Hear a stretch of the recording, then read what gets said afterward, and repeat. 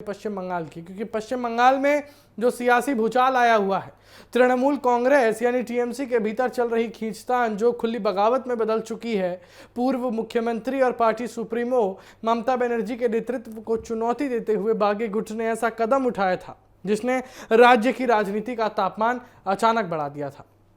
दावा किया जा रहा था कि पार्टी के भीतर एक समांतर शक्ति केंद्र तैयार हो चुका है जो अब खुद को असली टीएमसी साबित करने की लड़ाई लड़ रहा है। दरअसल बागी नेताओं ने ममता बनर्जी को पार्टी प्रमुख के पद से हटाने का ऐलान करते हुए वरिष्ठ नेता अरूप रॉय को नया चेयरपर्सन घोषित कर दिया है।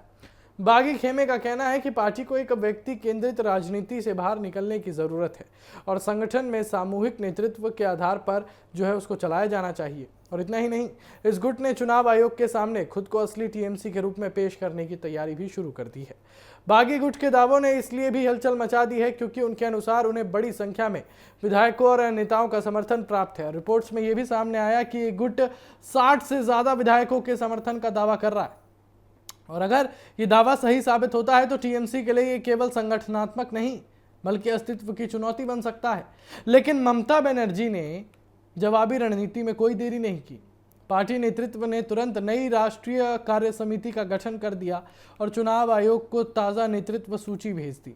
इस कदम को ममता बनर्जी की शक्ति प्रदर्शन रणनीति माना जा रहा है और संदेश साफ है कि पार्टी की कमान अभी भी उनके हाथ में है और संगठन पर उनकी पकड़ कमजोर नहीं हुई है। और यही नहीं, टीएमसी नेतृत्व के जो बागियों पर है जो सख्त कार्रवाई करते हुए कई नेताओं को पार्टी विरोधी गतिविधियों के आरोप में बाहर का रास्ता दिखाया है।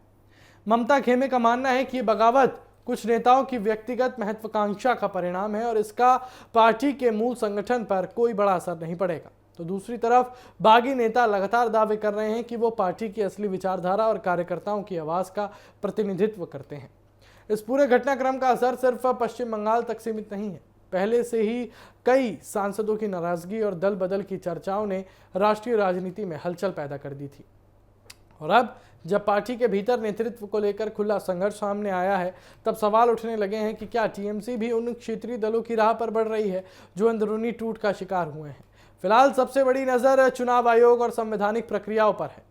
असली टीएमसी कौन है, पार्टी का अधिकार किसके पास रहेगा और आगे बंगाल की राजनीति किस दिशा में जाएगी, ये आने वाले दिनों में तय होगा। लेकिन इतना तय है कि ममता बनर्जी के राजनीतिक करियर के सामने ये सबसे बड़ी चुनौतियों में से एक बन चुकी है और बंगाल की सियासत अब एक नए मोड़ पर पहुंच चुकी है।